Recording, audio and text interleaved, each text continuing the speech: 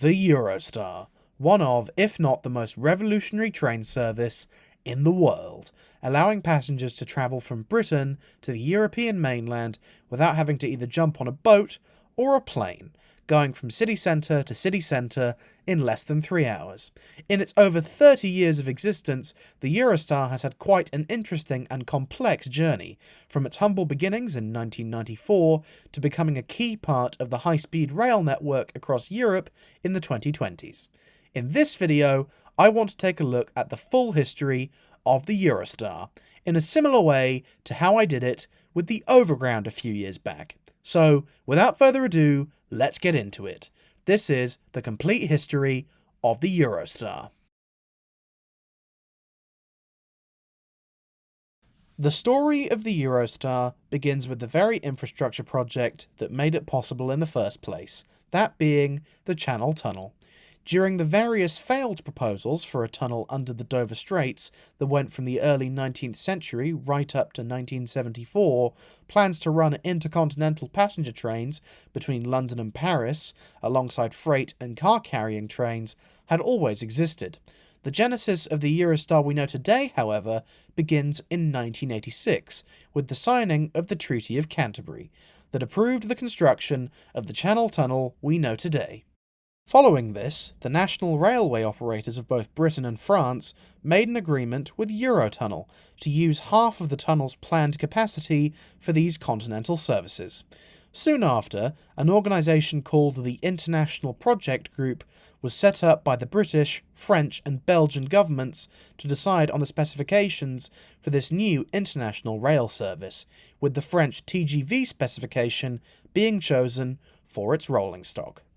Operation of this new service was split 3 ways, between French national railway operator SNCF, Belgian national railway operator NMBS, and European Passenger Services, a subsidiary of British national railway operator BR, that would eventually become London and Continental Railways in 1994 after BR was privatised. The new service would be given the name Eurostar, and was initially planned to run a service known as the Three Capitals, running from the British capital of London to the French capital of Paris and the Belgian capital of Brussels, with further expansion planned in the future. The French government also agreed to construct a brand new high-speed line known as the LGV Nord that ran from Gonesse, just to the north of Paris, to both the tunnel portal at Sanguet and the Belgian border via Lille, with this line being completed in 1993. The Belgian government also agreed to build a new high-speed line from the French border to Brussels, which was planned to open in 1997. Britain, however, was much slower in gaining approval for a high-speed rail link to be built from London to the tunnel portal at Folkestone, which resulted in Eurostar having to initially use the conventional third rail network via Sevenoaks and Ashford. To accommodate the new service, a massive new international terminal was constructed at London's Waterloo Station, with an iconic arched roof that still catches the eye today. It was also designed to accommodate juxtaposed controls, due to Britain having not signed the Schengen Agreement, that allowed for crossing borders without customs or immigration within Europe. Therefore, it was necessary to create a sort of neutral zone for passengers travelling on Eurostar services, who would have to pass through border controls prior to boarding the train.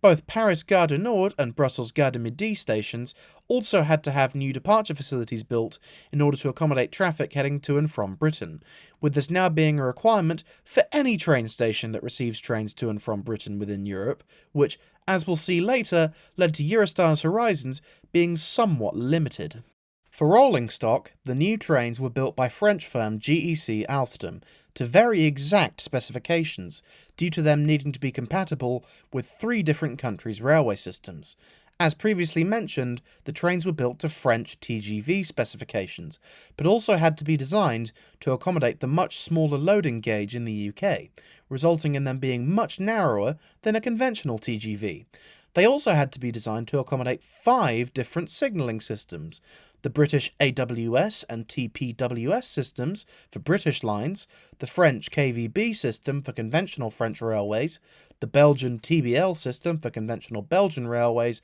and TVM 430 for use on the French high-speed lines, the Channel Tunnel, and in future on the British and Belgian high-speed lines. This also meant that the trains had to be built as tri-voltage, with them utilising 25 kV AC for UK overhead electrified lines, High-Speed 1, French LGV lines, and the Channel Tunnel, 3 kV DC for Belgian classic lines, both using pantographs, and 750 volt DC for the British Third Rail network using pickup shoes. Some French sets were also able to use 1500 volts DC for French classic lines when running south of Paris.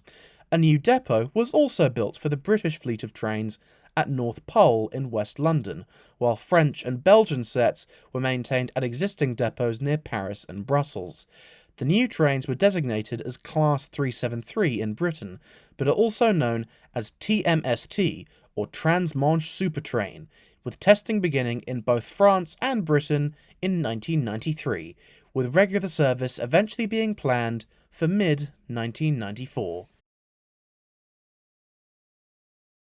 On November 14th, 1994, at 8:23 a.m, the first passenger Eurostar service left London Waterloo bound for Paris Gare du Nord, arriving there 2 hours and 55 minutes later, with services to Brussels Midi via Lille also commencing that very same day. Services were initially rather limited to start with, and a full all-day timetable was introduced in May 1995, creating the three capitals service that we still see today. However, this was only supposed to be the beginning for the potential of Eurostar services. Alongside the 31 18-car sets built for the three capitals service, an additional 7 were constructed with only 14 carriages designated as Class 373/3 for use on the planned regional Eurostar project that would have seen Eurostar services run beyond London, along the conventional UK mainline railways to Glasgow and Manchester,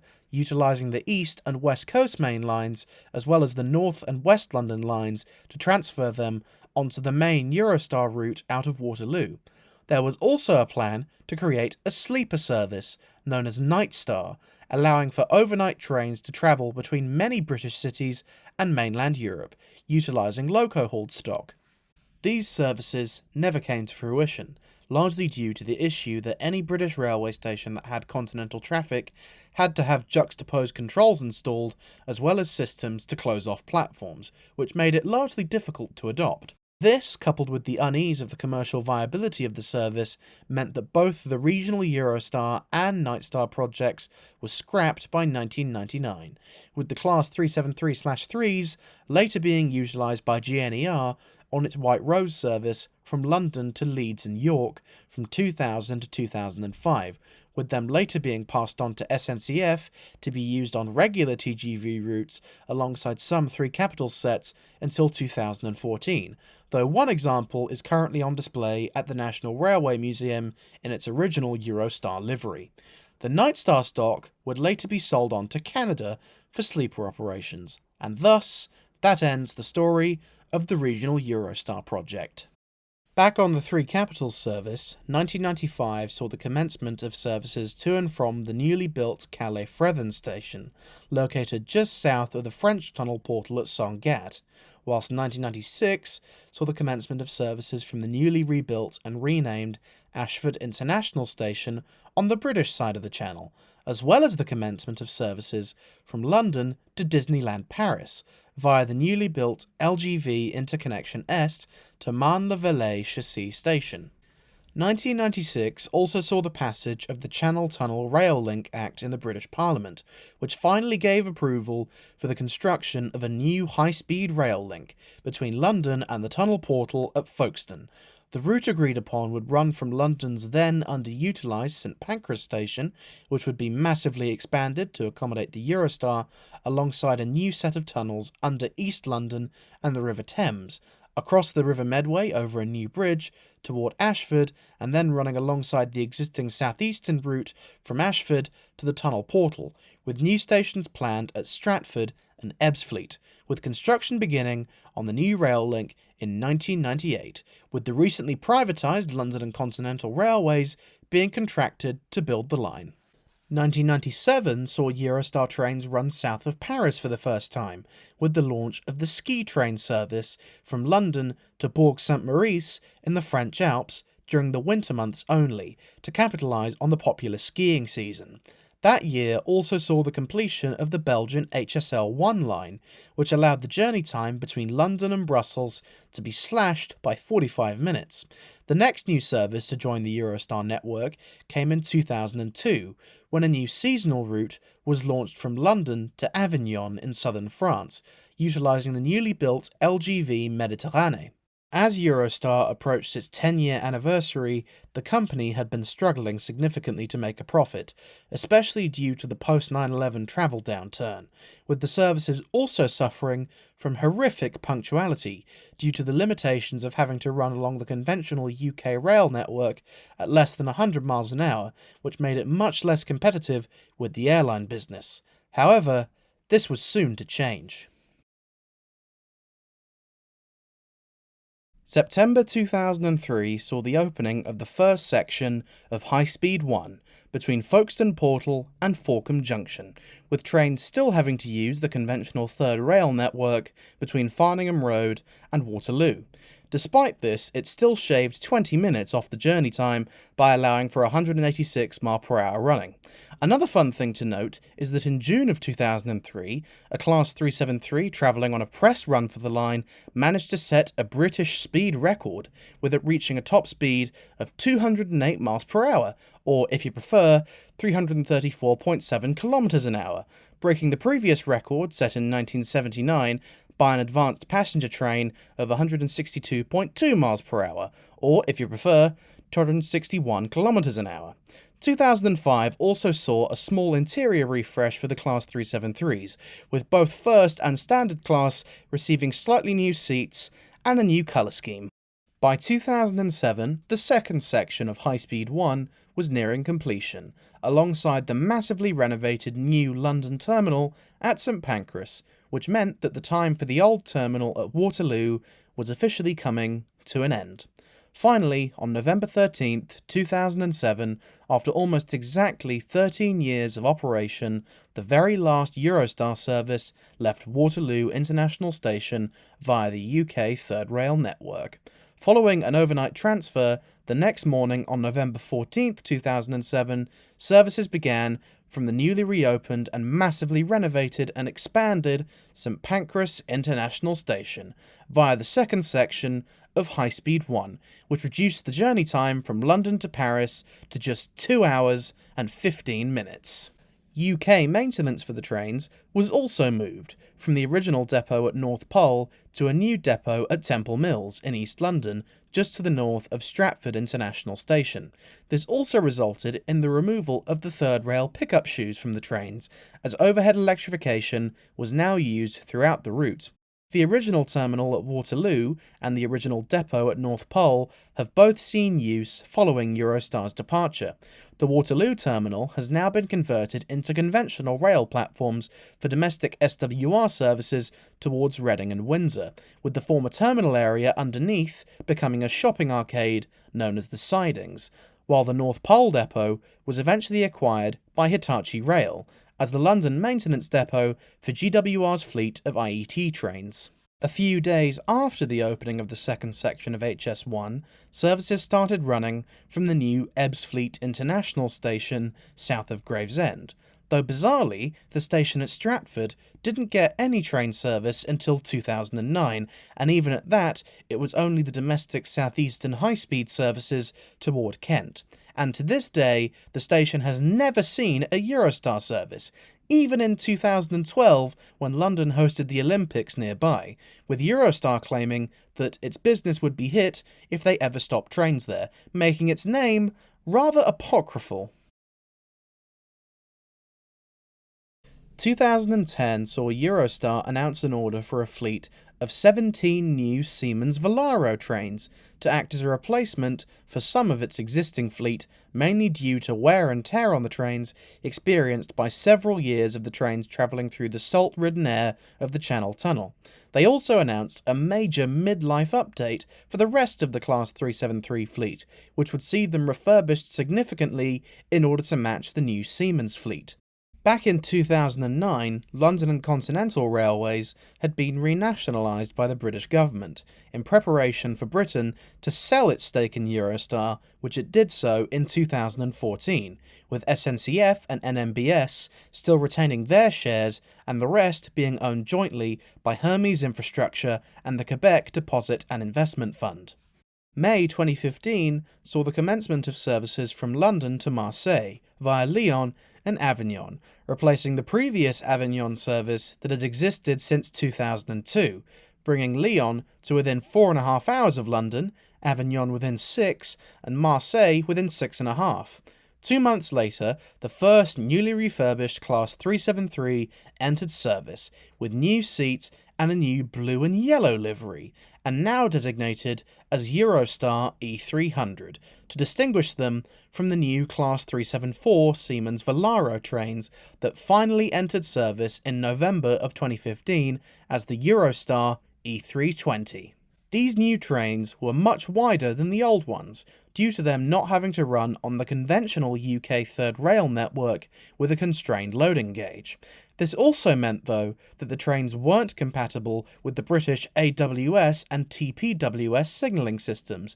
which means they can't operate on any other line in Britain other than High Speed 1. They were, however, compatible with 1.5 kV DC overhead wires, ERTMS, and ATB signalling, which allowed the trains to operate in the Netherlands, as part of Eurostar's eventual plan to introduce a new service from London to Amsterdam. This new service didn't launch until April 2018, when services finally started running from London to Amsterdam via Brussels and Rotterdam, marking the first time that Eurostar trains had served a new country since the service's launch in 1994, although the service was one-way only for a while due to juxtaposed controls not being installed at Amsterdam and Rotterdam Centraal stations, with return passengers requiring a change at Brussels Midi to return to London. This was the case until October of 2020, when juxtaposed controls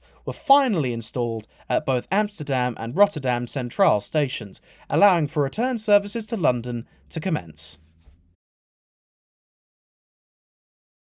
However, 2020 proved to be the toughest year for Eurostar on record, as the outbreak of the COVID-19 pandemic caused the biggest travel downturn in modern history, with ridership by January 2021 being nearly 1% of pre-pandemic levels. This resulted in significant cutbacks to Eurostar's routes, with services from London to Marseille via Lyon and Avignon, and ski train services to Bourg-Saint-Maurice ceasing completely, as well as services from Ebbsfleet International, Ashford International, and Calais-Frethen stations, as Eurostar strived to only operate routes that maintained a profit. By 2022, Eurostar was in nearly €1 billion of debt, but ridership had finally started recovering to pre-pandemic levels, with Eurostar finally returning to profitability by 2023. October 2021 saw the beginning of Eurostar's biggest ever shake-up, as it was announced that it would be merged with the pre-existing Thalys service, which was a jointly run French-Belgian operation that used 2 different types of TGV-based stock to run services from Paris to Brussels, Amsterdam, Cologne and Dortmund ever since 1997, as well as also running seasonal services to the south of France and the French Alps. This merger would be finalised in October of 2023, with all services being brought under one umbrella, with all Thalys services being rebranded as Eurostar, with a new logo for a newly united brand, although both sets of trains would still retain their distinctive liveries. 2023 also saw the withdrawal of Eurostar services direct from London to Disneyland Paris, due to Eurostar continuing to focus on its routes that turned a profit, as well as the post-Brexit complications over juxtaposed controls. However, Ever since the Thalys merger, Eurostar does allow passengers travelling from London to Disneyland to change onto an ex-Thalys service at Lille, Europe on a single ticket booked through Eurostar, with the same applying for the services to Bourg Saint-Maurice, which was relaunched in the winter of 2023 as the Eurostar Snow service using ex-Thalys stock. 2025 saw Eurostar's biggest ridership ever, with 20 million passengers carried, finally surpassing pre-pandemic levels, with one of those being Eurostar's most important first-time rider, me, who rode the Eurostar for the first time from London to Brussels on my trip to Berlin. And with that, we arrive at the present day for Eurostar. But what does the future hold for this transnational railway service?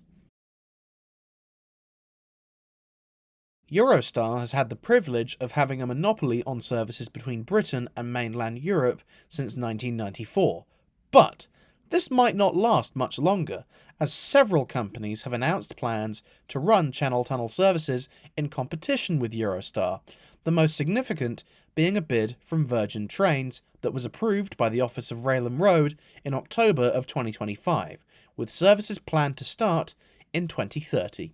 Eurostar itself has also made some big plans for its own future, with it announcing an order for a massive new fleet of Alstom Avelia double-decker trains based on the new TGV-M sets in October of 2025 to be known as the Eurostar Celestia. These trains will presumably replace the remaining Class 373s on the London service, as well as some of the older ex-Thalys stock from 2031. Eurostar have also announced plans for new routes from London to Geneva and Frankfurt, which would mark the first direct train services between Britain, Germany and Switzerland, with the new fleet of trains hopefully allowing for these routes to start operating from the early 2030s. So, while the future for Eurostar looks as bright as ever, its over 30-year monopoly empire over services across the Channel is very much under threat. And well, there you have it. That is the full story of the Eurostar service as of March 2026. Without a doubt, it is one of the most revolutionary train services in the world. However, its 30-year journey hasn't been without trial and tribulation. Yet it still serves its purpose today of providing a passenger rail link between Britain and mainland Europe. Either way, I really hope you enjoyed this video, quite a long one I'll admit, but I hope you found it just as interesting as I did. Thank you very much for watching everybody, big thanks to our supporters as always, and I will see you very soon. Bye bye!